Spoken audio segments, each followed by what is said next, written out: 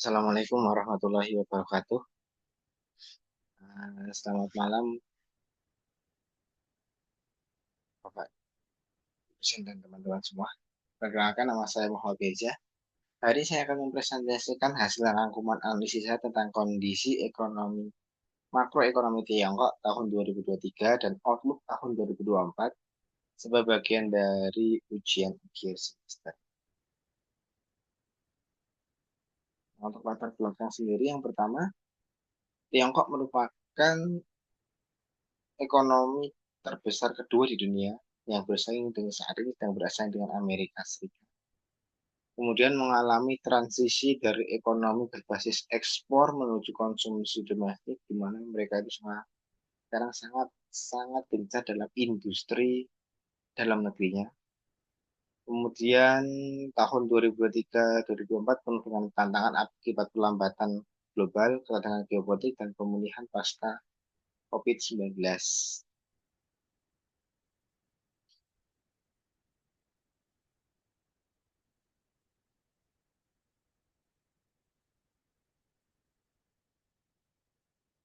Objective of this analysis: menyajikan kondisi makroekonomi. Tujuannya analisis ini adalah untuk menyajikan kondisi makroekonomi Tiongkok tahun 2023 dan outlook 2024. Kemudian menganalisis aspek inflasi, nilai tukar yuan, dan pertumbuhan PDB. Kemudian untuk meninjau kondisi neraca perdagangan dan neraca pembayaran. Yang terakhir untuk memberikan kesimpulan dan saran dari data yang sudah ada.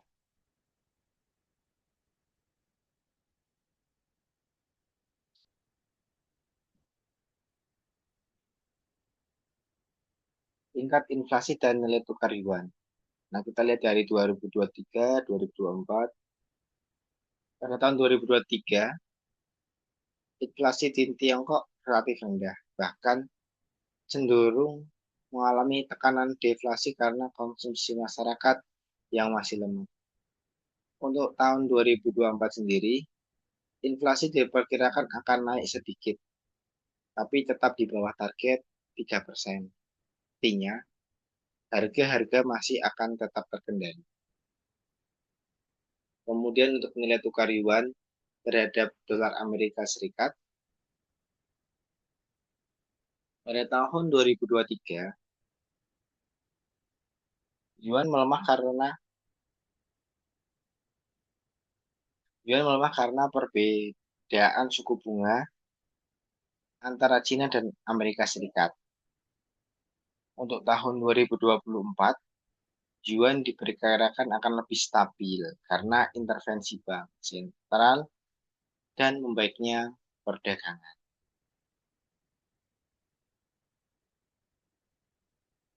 Untuk berikutnya adalah pertumbuhan PDB, di mana PDB Tiongkok tahun 2023 tumbuh 5,2%, dan untuk tahun 2024 diproyeksikan akan tumbuh 5%. Faktor utama yang mendorong pertumbuhan ini antara lain konsumsi domestik yang mulai naik karena ada stimulus dari pemerintah. Kemudian ada investasi infrastruktur, terutama di sektor teknologi dan energi hijau.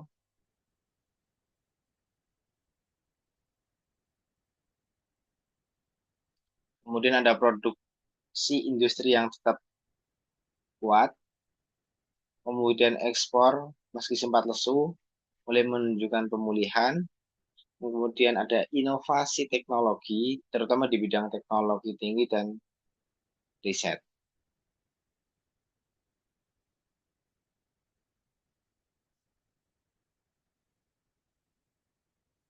Kemudian ada neraca perdagangan dan impor ekspor. Tiongkok mengalami penurunan tahun 2023 itu neraca perdagangan ekspor impor. Ya, untuk neraca perdagangan Tiongkok tetap menjadi aspek penting dari kekuatan ekonominya dengan pergeseran signifikan dalam dinamika ekspor dan impor. Untuk ekspor tahun 2023 sampai 2024, 2023 sendiri mengalami penurunan 4,6 YoY akibat melemahnya permintaan global dan gangguan rantai pasokan. Kemudian pada prospek tahun 2024 nanti diperkirakan pemulihan yang diharapkan terutama di pasar Asia dan negara berkembang didorong oleh permintaan regional. Kemudian untuk impor sendiri untuk tahun 2023 penurunan disebabkan oleh konsumsi domestik yang lesu dan penyesuaian inventaris. Untuk prospek tahun 2024 sendiri akan mengalami peningkatan moderat diantisipasi didukung oleh stimulus pemerintah dan pemulihan sektor manufaktur. Untuk surplus perdagangan dan neraca pembayaran yang bertahan, ini kita bisa lihat sendiri Tiongkok dapat mempertahankan surplus perdagangan yang signifikan sebesar 823 miliar US dollar pada tahun 2023. Surplus ini diproyeksikan akan berlanjut pada tahun 2024. Meskipun dengan pertumbuhan yang lebih lambat, terutama didorong oleh ekspor elektronik, mesin, dan produksi terbarukan, energi terbaru. Untuk neraca perdagangan sendiri, yang pertama surplus transaksi berjalan. Surplus yang tinggi mencerminkan kinerja yang kuat dalam perdagangan barang dan jasa yang mengidentifikasikan permintaan eksternal yang kuat untuk produk-produk Tiongkok. Kemudian ada arus keluar rekening modal didorong oleh ketidakpastian global dan penyesuaian kebijakan domestik yang menyebabkan beberapa pelarian modal yang ketika ada cadangan devisa yang stabil terjaga di atas 3 miliar US dollar memberikan penyangga penting terhadap gangguan eksternal dan mendukung stabilitas keuangan. Berikutnya ada tantangan ekonomi Tiongkok. Tantangan ekonomi utama yang pertama adalah sektor properti yang lemah. Kekhawatiran harus berlanjut tentang utang pengembang dan stabilitas pasar perumahan mengaruhi investasi dan kepercayaan konsumen. Kemudian ada tingkat pengangguran yang masih tinggi, sebuah masalah yang terus-menerus, terutama di kalangan lulusan baru yang menimbulkan resiko sosial dan ekonomi di mana kita tahu bahwa Tiongkok itu memiliki penduduk terbesar di dunia. Yang ketiga, ketergantungan pada stimulus fiskal, ketergantungan yang terus-menerus pada belanja pemerintah untuk mendorong pertumbuhan, menimbulkan pertanyaan tentang keberlanjutan jangka panjang. Kemudian ada risiko geopolitik dan perdagangan, tekanan ini terjadi ini timbul karena tekanan eksternal termasuk sengketa perdagangan dan persaingan teknologi menciptakan hambatan bagi ekspansi ekonomi. Kita tahu juga kayak perang dagangan sekarang lagi marak banget. Untuk peluang dan prospek masa depan, negara Tiongkok ini memiliki permintaan domestik yang kuat. Ini adalah salah satu kekuatan yang dimiliki oleh negara Tiongkok sendiri, di mana kelas menengah mereka yang berkembang dan inisiatif pemerintah akan mendorong konsumsi, memperkuat ketahanan ekonomi internal. Yang kedua ada pertumbuhan teknologi dan energi hijau. Investasi dan inovasi yang signifikan dalam industri teknologi tinggi dan energi bersih menawarkan jalur baru untuk pertumbuhan.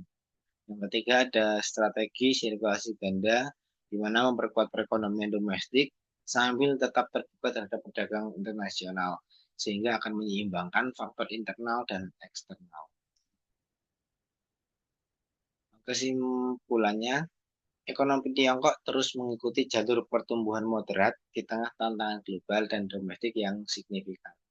Sementara inflasi rendah, PDB yang stabil, dan surplus perdagangan yang berkelanjutan menunjukkan ketahanan. Masalah struktural di pasar properti dan pengangguran pemuda menuntut reformasi fiskal dan moneter yang asertif. Fokus utama pada permintaan domestik dan industri strategis menawarkan prospek jangka panjang yang menjanjikan. asalkan tidak mengambil resiko geopolitik dan efektif melanjutkan reformasi internal.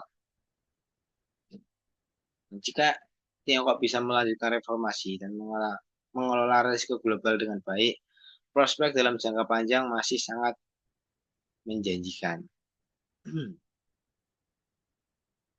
Demikian demikian pemaparan dari saya. Terima kasih atas perhatian Bapak Ibu dan teman-teman semua. Semoga apa yang saya sampaikan bisa menambah wawasan kita semua tentang kondisi ekonomi makro negara Tiongkok. Sekian dari saya. Wassalamualaikum warahmatullahi wabarakatuh.